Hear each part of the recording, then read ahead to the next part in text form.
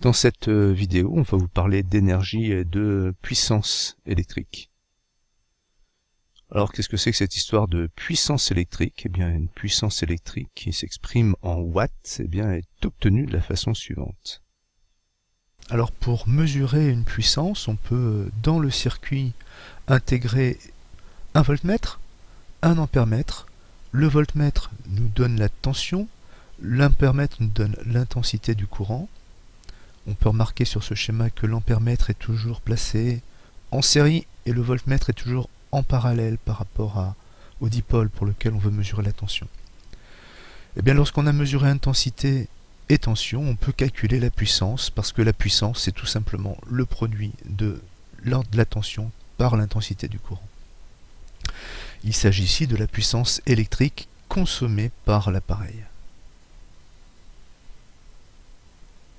Il y a une autre possibilité, on peut utiliser un appareil qui s'appelle un wattmètre, qui possède en général 4 entrées, 2 entrées pour l'intensité, 2 entrées pour la tension, et le wattmètre fait lui-même l'opération du produit de la tension par l'intensité. On peut aussi utiliser des wattmètres, par exemple comme celui-là, qui directement branché sur le secteur et l'appareil branché sur le wattmètre nous donne directement l'indication de puissance électrique consommée par l'appareil. Quant à l'énergie électrique, c'est le produit de la puissance par la durée de fonctionnement, c'est donc le produit de U par I par delta T. Le delta T étant bien sûr exprimé dans le système international en secondes. On obtient alors une énergie en joules, mais vous vous souvenez qu'il y a d'autres unités que le joule pour exprimer une énergie. Il y a l'unité qui est utilisée par EDF qui s'appelle le kilowattheure, qu'on obtient exactement avec la même formule, simplement la puissance est exprimée non pas en watts mais en kilowatts, et la durée est exprimée en heures et pas en secondes. Vous vous souvenez aussi que pour les énergies très faibles, il existe l'électronvolt, et que pour les énergies un peu plus conséquentes, il existe ce qu'on appelle la tonne équivalent pétrole. Petit exercice.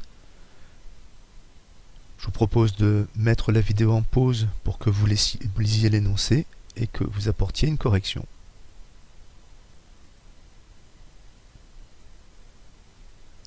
Alors, l'intensité du courant électrique, comment est-ce qu'on l'obtient? Eh bien, c'est assez simple. La puissance, c'est le produit de U par I. Ici, on connaît puissance et tension. L'intensité, c'est P sur U. Et on obtient 14,5 ampères.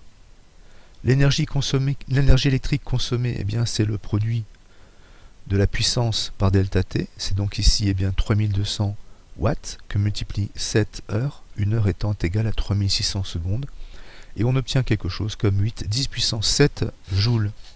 Si on veut exprimer ce résultat en kilowattheure, c'est assez simple, on va prendre la puissance non pas exprimée en watts mais en kilowatts, et le temps non pas exprimé en secondes mais en heures, et on obtient ici 22,4 kWh. Alors si on veut exprimer cette même énergie en électronvolts, on se souvient qu'un électronvolt c'est 1,6 puissance moins 19 joules, ce sera donné de toute façon dans l'énoncé, donc un joule c'est l'inverse. Il suffit de remplacer le joule dans l'expression par 1 sur 1,6 puissance moins 19 et on obtient 5 10 puissance 26 électronvolts. On voit bien que l'électronvolt n'est pas une unité bien adaptée à ce qui se passe dans notre environnement quotidien. Si on veut convertir cette énergie en tonnes équivalent pétrole, puisqu'une tonne équivalent pétrole c'est 4,2 10 puissance 10 joules, une joule c'est 1 sur 4,2 10 puissance 10 tonnes équivalent pétrole. Et donc notre énergie exprimée en tonnes équivalent pétrole, ça vaut à peu près 2 10-3 tonnes équivalent pétrole, donc à peu près 2 kg équivalent pétrole. Alors pourquoi s'intéresser à ces autres unités? Tout simplement pour des raisons purement domestiques. Par exemple, si vous voulez connaître le prix du kilowattheure, il suffit de regarder sur votre contrat EDF ou sur une facture EDF. Vous voyez qu'ici c'est proche de 0,1 euro. Ça veut dire que le chauffage que vous avez, le chauffe-eau que vous avez utilisé dans cet exemple, a consommé 22 fois 0,1, donc a consommé à peu près 2,2 euros d'électricité. Quel est le parcours de l'énergie électrique depuis sa production? Et je vous rappelle qu'en France, c'est 80% de thermonucléaire, jusqu'à la lumière produite par nos lampes ou la lumière consommée par le frigo, etc.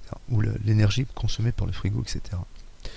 Donc tout part bien de l'énergie nucléaire, qui est une énergie qui apparaît lors de la scission des noyaux lourds qui subissent une fission.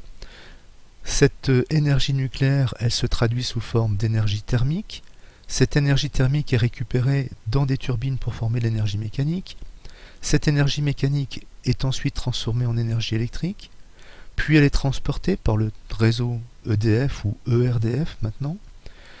Et puis enfin, eh bien, cette énergie électrique est livrée chez vous, consommée par la lampe, et au cours de cette conversion, eh bien, une partie de cette énergie est transformée sous forme d'énergie utile, c'est-à-dire sous forme d'énergie lumineuse.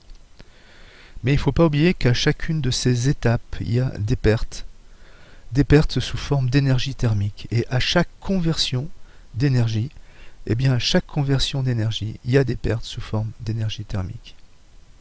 Ce qui fait qu'au final, eh bien, le rapport entre l'énergie nucléaire produite dans le cœur nucléaire et l'énergie utile au final est peut-être assez faible et peut-être qu'elle ne peut être que de quelques dizaines de pourcents. On appelle rendement de conversion le rapport entre l'énergie utile, l'énergie utilisée au final, sur l'énergie consommée. On peut exprimer ça sous forme d'une fraction ou d'un pourcentage. Le rendement est évidemment toujours inférieur à 1 ou à 100%. La classe énergétique d'un appareil électrique, ou plus généralement de tout dispositif qui consomme de l'énergie, donne une indication sur le rendement de conversion. Et meilleur sera le rendement, plus haute sera la classe. Et ça se traduit sous forme de petits diagrammes colorés. Eh bien, plus le modèle est économique, plus on se rapproche du A et plus la couleur tend vers le vert. Un petit exercice, on a un moteur qui est alimenté par une tension de 220 volts avec une intensité de 1,2 A. Il fournit une puissance mécanique de 173 watts. Quelle est la puissance électrique consommée? Quel est le rendement? Qu'est devenue l'énergie électrique consommée? Je vous laisse réfléchir à ces questions, vous vous mettez sur pause, puis vous vérifiez la réponse. La puissance électrique consommée, c'est le produit de la tension par l'intensité du courant, qu'on obtient ici assez facilement. On trouve 264 watts. Le rendement, c'est la puissance utile sur la puissance consommée. C'est le même rapport que l'énergie utile sur l'énergie consommée. Ici, eh bien, c'est 173 watts qui ont été produits utilement d'énergie mécanique sur 264 watts d'énergie électrique consommée, ce qui fait un rendement de 66%. On a donc une conversion. L'énergie électrique, 264 watts, est convertie en énergie mécanique, 173 watts, mais au cours de cette conversion, le rendement n'est pas de 100%, on a des pertes, on a une dissipation d'énergie thermique d'environ 91 watts, différence entre 264 et 173. Alors il existe une classe d'appareils électriques qui sont très particuliers, qu'on appelle les conducteurs ohmiques. Et ces conducteurs ohmiques vont nous permettre de découvrir ce qu'on appelle l'effet Joule. Alors pour découvrir ce que c'est qu'un conducteur ohmique, il suffit de prendre un fil assez long. Et sur ce fil assez long, eh bien, on applique une tension qu'on peut faire varier. On mesure cette tension, on mesure l'intensité du courant et on va tracer eh bien, l'évolution de la tension aux bornes de ce conducteur ohmique en fonction du courant. Et ce qu'on obtient, eh bien, c'est une droite qui passe par l'origine, qui nous montre qu'il y a donc proportionnalité entre tension et intensité. Eh bien, cette proportionnalité entre tension et intensité, c'est ce qu'on appelle la loi d'Ohm. Et le coefficient de proportionnalité, il se nomme R. C'est la résistance du conducteur ohmique et c'est exprimé dans une unité qui s'appelle l'ohm et dont le symbole est oméga. Petit exercice. Voilà ce qu'on appelle la caractéristique d'un dipôle, d'un conducteur ohmique. C'est une courbe qui nous donne l'évolution de la tension en fonction de l'intensité du courant. Est-ce que vous pourriez déterminer sa résistance pouvez vous mettre en pause pour répondre à cette question. Pour déterminer la résistance, c'est assez simple, on va prendre un point de cette courbe pour connaître sa pente. C'est pas la peine d'en déterminer deux, puisqu'ici, eh bien, on a proportionnalité, donc la droite passe par l'origine. Donc par exemple, eh bien, on relève ici une tension de 8,5 volts et un courant de 0,32 ampères, ce qui nous donne une résistance de U sur I, ici, sous 26,5 ohms. On peut bien sûr mesurer une résistance avec un ohmmètre, c'est assez simple à faire, on branche directement l'ohmmètre sur le dipôle, et lorsqu'il s'agit d'un fil, eh bien, on peut s'apercevoir assez rapidement que la résistance dépend des caractéristiques du fil, et que globalement, quand la longueur augmente, la valeur de la résistance augmente, quand la section augmente, la valeur de la résistance diminue, et selon la nature du conducteur, on peut avoir des résistances plus ou moins élevées. L'or, l'aluminium étant de très bons conducteurs, bien meilleurs que le cuivre. Qu'est-ce qu'on appelle l'effet Joule? Eh bien, dans un conducteur ohmique, toute l'énergie électrique est transformée sous forme d'énergie thermique. Ce qu'on appelle l'effet Joule, eh bien, c'est le fait que chaque fois qu'un courant traverse un dipôle qui possède une résistance, eh bien, on a des pertes sous forme d'énergie thermique. Alors, comment est-ce qu'on va nommer ces pertes sous forme d'énergie thermique? Eh bien, on sait que l'énergie, c'est UI fois delta T. Et ici, on sait que puisque c'est un conducteur ohmique, toute l'énergie électrique consommée est transformée en énergie thermique. Et on sait que U est égal à RI.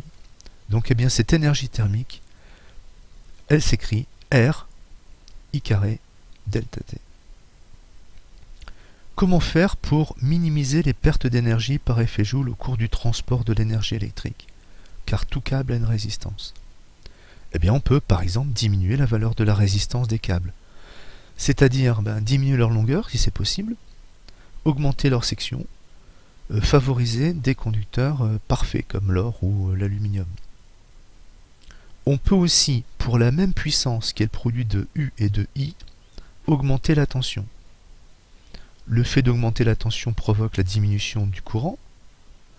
Or, lorsque le courant diminue, eh bien, les pertes sous forme thermique diminuent aussi.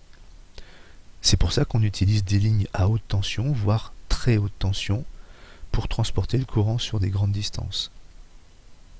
Et puis enfin, on peut aussi avoir recours à la supraconductivité.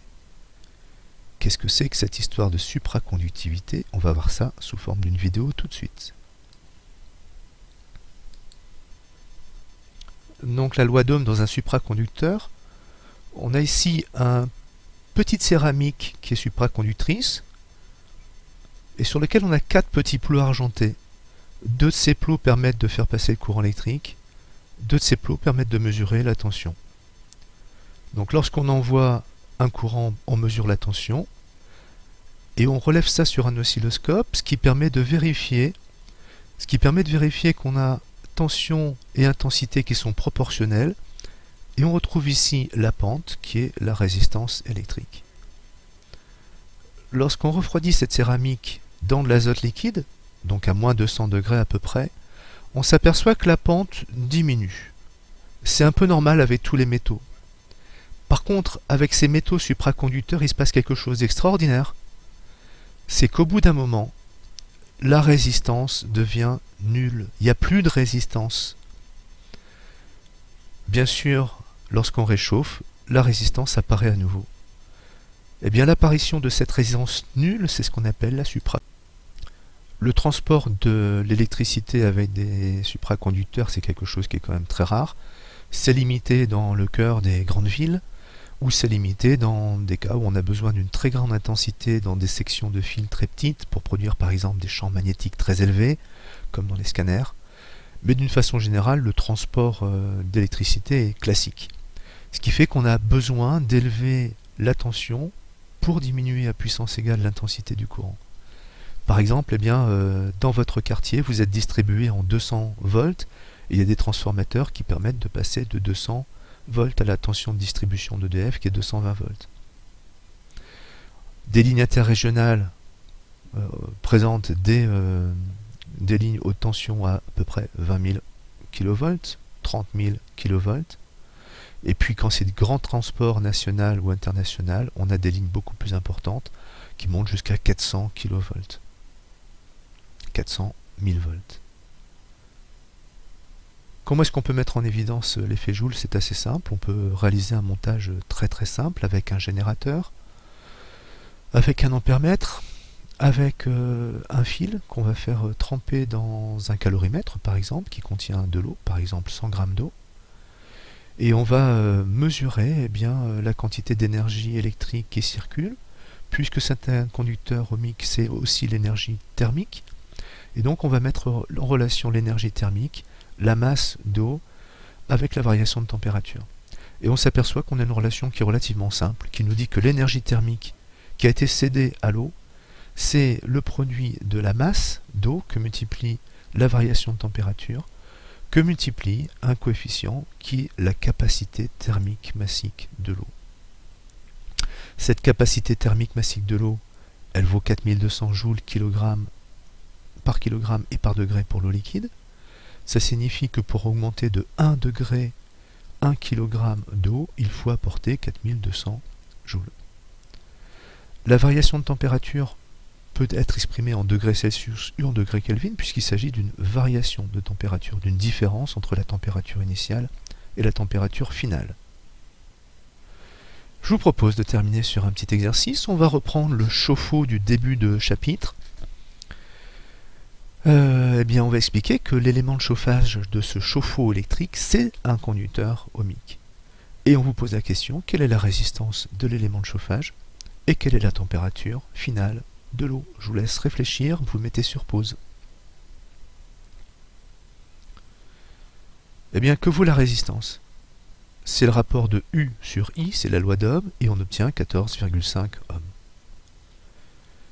L'eau s'est échauffée, donc on a dû apporter de l'énergie thermique. Quelle est l'énergie thermique qu'on a apportée? Puisqu'on connaît la résistance, c'est l'énergie thermique perdue par effet Joule, c'est R, I carré delta T. On connaît R, on connaît I, on connaît delta T exprimé en secondes, et on obtient 8,5 10 puissance 7 joules. Alors on peut remarquer que c'est sensiblement aux erreurs, aux arrondis près, c'est sensiblement la même valeur que celle qu'on avait trouvée tout à l'heure. Oui, c'est normal. C'est un conducteur électrique, donc toute l'énergie électrique consommée est transformée en énergie thermique. L'énergie thermique produite, c'est l'énergie électrique consommée. Alors pour la suite, il faut se souvenir qu'un litre d'eau, ça pèse 1 kg, donc quelle est la masse de nos 300 kg d'eau? De nos 300 litres d'eau, c'est donc 300 kg. Et puisque l'énergie thermique, c'est Cm delta T, on va donc pouvoir mesurer la variation de température en divisant l'énergie thermique par le produit de la capacité thermique massique et de la masse. Application numérique. La capacité thermique massique, elle est donnée dans la diapo précédente, et on obtient une variation de température de 59 degrés. Il s'agit bien de la variation de température. Ce qu'on cherche, nous, c'est la température finale. La variation de température, c'est la température finale moins la température initiale.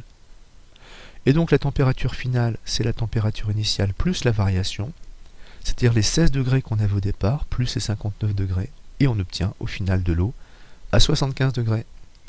Voilà, c'est terminé pour cette capsule, à bientôt.